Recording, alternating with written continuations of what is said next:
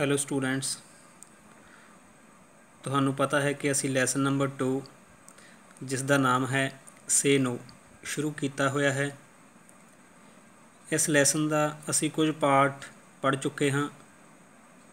Lesson ਦੀ story ਨੂੰ ਪੂਰਾ ਸਮਝਣ ਲਈ ਅਸੀਂ ਜੋ ਪਹਿਲਾਂ ਪੜ੍ਹ ਚੁੱਕੇ ਹਾਂ ਉਹ ਤੁਹਾਨੂੰ ਬਰੀਫਲੀ ਰਿਮਾਈਂਡ ਕਰਵਾਇਆ ਜਾਵੇਗਾ।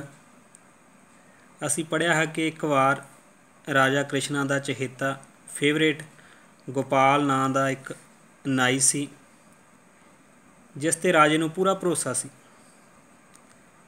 ਪਰ ਰਾਜੇ ਦੇ ਮੰਤਰੀ ਅਤੇ ਦਰਬਾਰੀ ਗੋਪਾਲ ਨਾਲ ਈਰਖਾ ਕਰਦੇ ਕਿਉਂਕਿ ਰਾਜਾ ਕਦੇ ਵੀ ਉਸ ਨੂੰ ਨਾ ਨਹੀਂ ਕਰਦਾ ਸੀ।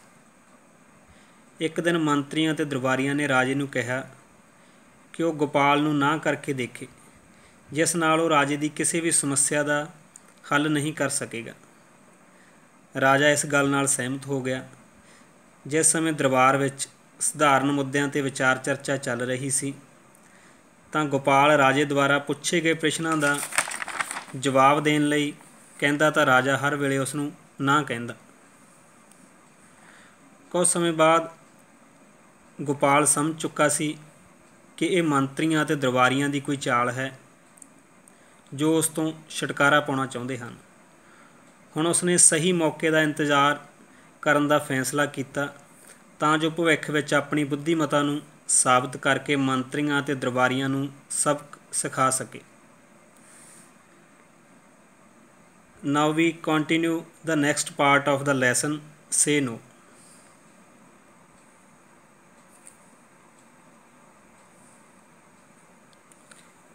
When all the discussion was over, Gopal stepped forward and said, "O king, you are great, but without these ministers and courtiers of yours, I don't think you would be able to manage your kingdom." ਜਦੋਂ ਸਾਰੀ ਵਿਚਾਰ ਚਰਚਾ ਖਤਮ ਹੋ ਗਈ, ਗੋਪਾਲ ਅੱਗੇ ਆਇਆ ਤੇ ਕਿਹਾ, ਰਾਜਨ, ਤੁਸੀਂ ਮਹਾਨ ਹੋ, ਪਰ ਮੈਨੂੰ ਨਹੀਂ ਲੱਗਦਾ ਕਿ ਇਹਨਾਂ ਮੰਤਰੀਆਂ ਅਤੇ ਦਰਬਾਰੀਆਂ ਤੋਂ ਬਿਨਾਂ ਤੁਸੀਂ ਆਪਣਾ ਰਾਜ ਭਾਗ ਚਲਾਉਣ ਦੇ ਯੋਗ ਹੋਵੋਗੇ। So I request you to give them each a special reward of 500 gold coins। ਇਸ ਲਈ ਮੈਂ ਤੁਹਾਨੂੰ ਬੇਨਤੀ ਕਰਾਂਗਾ ਕਿ ਉਹਨਾਂ ਨੂੰ ਹਰੇਕ ਨੂੰ 500 ਸੋਨੇ ਦੇ ਸਿੱਕਿਆਂ ਦਾ ਵਿਸ਼ੇਸ਼ ਇਨਾਮ ਦੇਵੋ। The ministers and the courtiers were overjoyed to hear this। ਮੰਤਰੀ ਅਤੇ ਦਰਬਾਰੀ ਇਹ ਸੁਣ ਕੇ ਬਹੁਤ ਖੁਸ਼ ਹੋਏ। They could not believe their ears। ਉਹ ਆਪਣੇ ਕੰਨਾਂ 'ਤੇ ਵਿਸ਼ਵਾਸ ਨਾ ਕਰ ਸਕੇ। ਭਾਵ ਜੋ ਕੁਝ ਉਹਨਾਂ ਨੇ ਸੁਣਿਆ ਉਹਨਾਂ ਨੂੰ ਯਕੀਨ ਨਹੀਂ ਹੋ ਰਿਹਾ ਸੀ ਕਿ ਇਹ ਸੱਚਮੁੱਚ ਸੱਚ ਹੈ। Had Gopal gone mad? ਕੀ ਗੋਪਾਲ ਪਾਗਲ ਤਾਂ ਨਹੀਂ ਹੋ ਗਿਆ?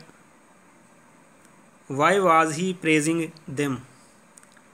ਉਹ ਉਹਨਾਂ ਦੀ ਪ੍ਰਸ਼ੰਸਾ ਕਿਉਂ ਕਰ ਰਿਹਾ ਸੀ? Why was he trying to help them? ਉਹ ਉਹਨਾਂ ਦੀ ਮਦਦ ਸਹਾਇਤਾ ਕਰਨ ਦੀ ਕੋਸ਼ਿਸ਼ ਕਿਉਂ ਕਰ ਰਿਹਾ ਸੀ? However, they were all very happy at the thought of getting 500 gold coins। ਭਾਵੇਂ ਕਿ ਉਹ ਸਾਰੇ 500 ਸੋਨੇ ਦੀਆਂ ਮੋਹਰਾਂ ਦਾ ਵਿਚਾਰ ਸੁਣ ਕੇ ਬਹੁਤ ਖੁਸ਼ ਸਨ। But they had forgotten what they had themselves wanted the king to do। ਪਰ ਉਹ ਭੁੱਲ ਚੁੱਕੇ ਸਨ ਕਿ ਉਹਨਾਂ ਨੇ ਆਪਣੇ ਆਪ ਰਾਜੇ ਨੂੰ ਕੀ ਕਹਿਣ ਲਈ ਕਿਹਾ ਹੋਇਆ ਹੈ। The king looked at Gopal and said firmly, "No।"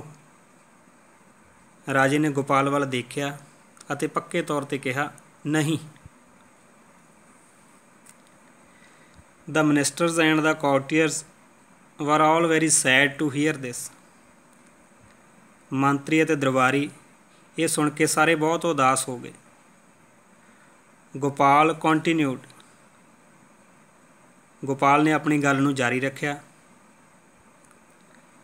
Your Majesty, Maharaj, if that is not possible, I would request you to give them each a fertile piece of land in your kingdom।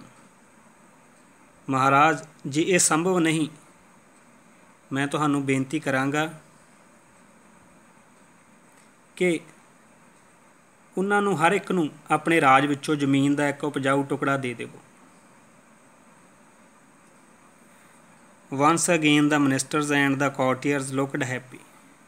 ਇੱਕ ਵਾਰ ਫਿਰ ਮੰਤਰੀ ਅਤੇ ਦਰਬਾਰੀ ਬਹੁਤ ਖੁਸ਼ ਨਜ਼ਰ ਆਏ। ਬਟ ਦਾ ਕਿੰਗ ਸ਼ਾਊਟਡ ਬੈਕ ਨੋ। ਪਰ ਰਾਜੇ ਨੇ ਫਿਰ ਦੁਬਾਰਾ ਚੀਖ ਕੇ ਕਿਹਾ ਨਹੀਂ। ਦ ministers and the courtiers were almost in tears to hear this. ਮੰਤਰੀ ਅਤੇ ਦਰਬਾਰੀ ਇਹ ਸਾਰਾ ਕੁਝ ਸੁਣ ਕੇ ਰੋਣ ਹਾਕੇ ਹੋ ਗਏ। By now the king had realised that Gopal knew what the ministers and the courtiers had planned. ਹੁਣ ਰਾਜੇ ਨੂੰ ਪਤਾ ਲੱਗ ਗਿਆ ਸੀ ਕਿ ਗੋਪਾਲ ਜਾਣ ਗਿਆ ਹੈ ਕਿ ਮੰਤਰੀਆਂ ਅਤੇ ਦਰਬਾਰੀਆਂ ਦੀ ਕੀ ਯੋਜਨਾ ਸੀ। ਹੀ ਸਮਾਈਲਡ ਟੂ ਥਿੰਕ। ਉਹ ਸੋਚ ਕੇ ਮੁਸਕਰਾਇਆ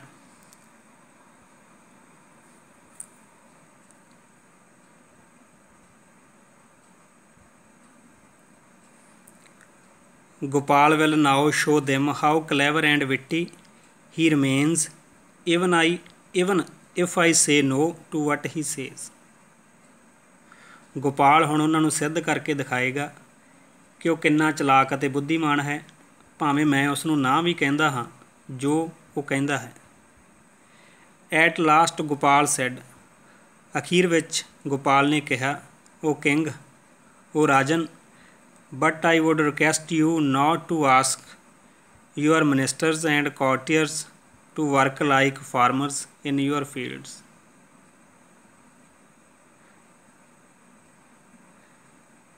ਉਹ ਮਹਾਰਾਜ, ਪਰ ਮੈਂ ਤੁਹਾਨੂੰ ਬੇਨਤੀ ਕਰਦਾ ਹਾਂ ਕਿ ਆਪਣੇ ਮੰਤਰੀਆਂ ਅਤੇ ਦਰਬਾਰੀਆਂ ਨੂੰ ਕਿਸਾਨਾਂ ਦੀ ਤਰ੍ਹਾਂ ਆਪਣੇ ਖੇਤਾਂ ਵਿੱਚ ਕੰਮ ਨਾ ਕਰਨ ਦੇਵੋ। The king suppressed his laughter and said। ਰਾਜੇ ਨੇ ਆਪਣਾ ਹਾਸਾ ਦਬਾਇਆ ਅਤੇ ਕਿਹਾ, ਨਹੀਂ। I will ask them to work in my fields daily। ਮੈਂ ਉਹਨਾਂ ਨੂੰ ਹਰ ਰੋਜ਼ ਆਪਣੇ ਖੇਤਾਂ ਵਿੱਚ ਕੰਮ ਕਰਨ ਲਈ ਕਹਾਂਗਾ।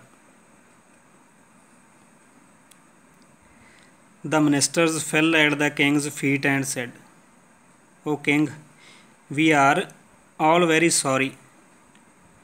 ਮੰਤਰੀ ਰਾਜੇ ਦੇ ਪੈਰਾਂ 'ਤੇ ਡਿੱਗ ਪਏ ਅਤੇ ਕਿਹਾ, ਉਹ ਰਾਜਨ, ਅਸੀਂ ਸਾਰੇ ਖਿਮਾ ਦੇ ਜਾਚਕ ਹਾਂ। We are really very sorry. ਅਸੀਂ ਸੱਚਮੁੱਚ ਖਿਮਾ ਦੇ ਜਾਚਕ ਹਾਂ। Now we know how clever and witty Gopal is. Please forgive us. ਹੁਣ ਸਾਨੂੰ ਪਤਾ ਲੱਗ ਗਿਆ ਹੈ ਕਿ ਗੋਪਾਲ ਕਿੰਨਾ ਚਲਾਕ ਅਤੇ ਬੁੱਧੀਮਾਨ ਹੈ। ਕਿਰਪਾ ਕਰਕੇ ਸਾਨੂੰ ਮੁਆਫ਼ ਕਰ ਦੇਵੋ। Before the king could say anything. ਇਸ ਤੋਂ ਪਹਿਲਾਂ ਕਿ ਰਾਜਾ ਕੁਝ ਕਹੇ, Gopal said, your majesty, I think you should forgive them. ਇਸ ਤੋਂ ਪਹਿਲਾਂ ਕਿ ਰਾਜਾ ਕੁਝ ਕਹੇ, ਗੋਪਾਲ ਨੇ ਕਿਹਾ, ਮਹਾਰਾਜ, ਮੈਂ ਸੋਚਦਾ ਹਾਂ ਤੁਹਾਨੂੰ ਉਹਨਾਂ ਨੂੰ ਮੁਆਫ਼ ਕਰ ਦੇਣਾ ਚਾਹੀਦਾ ਹੈ। The king again shouted back no. ਰਾਜੇ ਨੇ ਫਿਰ ਦੁਬਾਰਾ ਚੀਖ ਕੇ ਕਿਹਾ, ਨਹੀਂ। At once all the ministers and the courtiers got up and ran ਅਵੇ।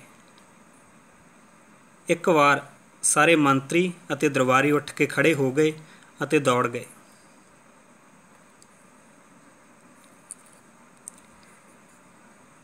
ਬੋਥ the king and Gopal burst out laughing. ਦੋਨੋਂ ਰਾਜਾ ਅਤੇ ਗੋਪਾਲ ਖਿੜਖੜਾ ਕੇ ਹੱਸਣ ਲੱਗੇ। ਨਾਓ ਦੇ ਨਿਊ। ਹੁਣ ਉਹ ਜਾਣ ਗਏ ਸਨ। That the jealous ministers as well as courtiers had learnt their lesson. ਕਿ ਈਰਖਾਲੂ ਮੰਤਰੀਆਂ ਅਤੇ ਦਰਬਾਰੀਆਂ ਨੇ ਆਪਣਾ ਸਬਕ ਸਿੱਖ ਲਿਆ ਹੈ। ਸਟੂਡੈਂਟਸ, ਮੈਂ ਉਮੀਦ ਕਰਦਾ ਹਾਂ ਕਿ ਇਸ ਲੈਸਨ ਦੀ ਸਟੋਰੀ ਕਹਾਣੀ ਤੁਹਾਨੂੰ ਸਮਝ ਆ ਗਈ ਹੋਵੇਗੀ। Thank you.